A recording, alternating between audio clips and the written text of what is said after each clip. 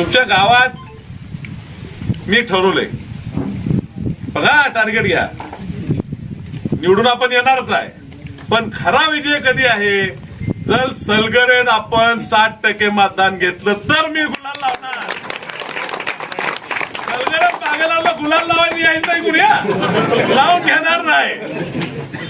काय करा, त्यावेळेला सलगरेत आपण चढत जाणार. कोण काय त्याला करायचं ते करू दे.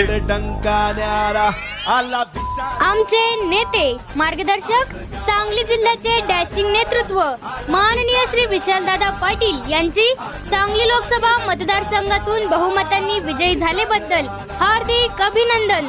शुभेच्छुक माननीय सुरेश बापू कोळेकर, माजी उपसरपंच सलगरे व विद्यमान ग्रामपंचायत सदस्य सलगरे.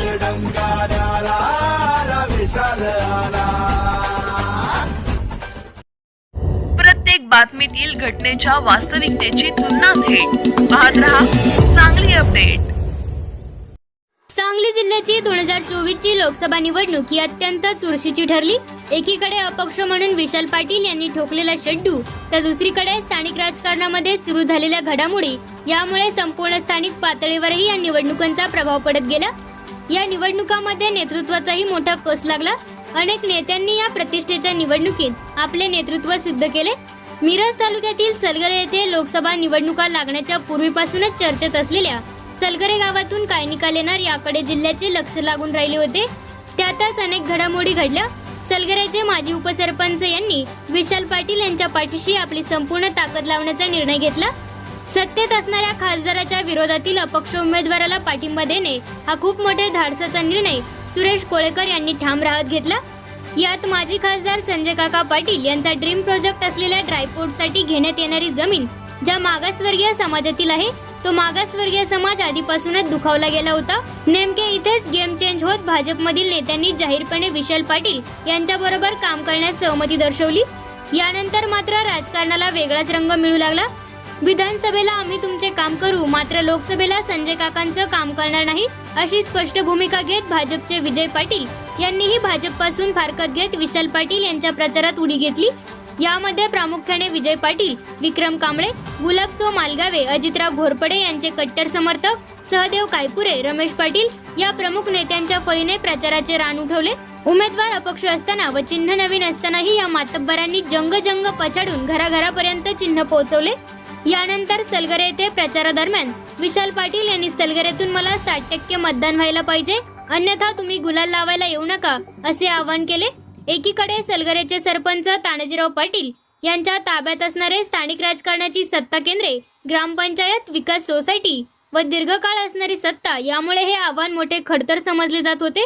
मात्र सलगरेचे माजी उपसरपंच व विद्यमान ग्रामपंचायत सदस्य असलेले सुरेश कोळेकर यांनी मागील काही वर्षामध्ये ज्या सर्वसामान्य गोरगरीब जनतेच्या हाकेला धावून जात मदत केलेला संपूर्ण वर्ग सलगरेकरांना एक व्हा या भावनिक साथ दिल्यानंतर त्यांच्या मागे एकवटला. आता हीच वेळ आहे आपला खासदार करण्याची. ही साथ सुरेश कोळेकर यांनी गावकऱ्यांना दिली. सलगरेचे माजी उपसरपंच म्हणून काम पाहत असलेल्या अत्यंत कमी वयात राजकारणाची सुरुवात केलेल्या सुरेश कोळेकर यांच्या सुरुवातीपासूनच संघर्ष व निर्मळ व एकनिष्ठ राजकारणाचा चांगला इम्पॅक्ट या निवडणुकीत पडला. गोरगरीब सर्वसामान्य जनतेच्या हाकेला धावून जात केलेल्या मदतीला पैरा फेडायच्या या उद्देशाने संपूर्ण गावकऱ्यांनी ही निवडणूक हातात घेतली. अगदी मोठ्या मताधिक्याने सलगरकरांनी आपली मते विशाल पाटील यांच्या पारड्यात भरभरून टाकली. झालेल्या एकूण मतदानापैकी भाजपचे खासदार संजय काका पाटील यांना 1409 मते मिळाली, तर अपक्ष उमेदवार विशाल पाटील यांना 1678 मते मिळाली. यामध्ये कधी नव्हे ते 269 मतांचे मताधिक्य विशाल पाटील यांनी सलगरेमधून मिळवले. तसाच सुरेश कोळेकर यांचा स्वभाव वरिष्ठ पातळीवरील ही राजकीय नेत्यासोबत सामंजस्याचे संबंध असणारा, राजकारणात अनेक चढ उतार आले तरी त्यांनी काँग्रेससोबत एकनिष्ठता कायम राखली.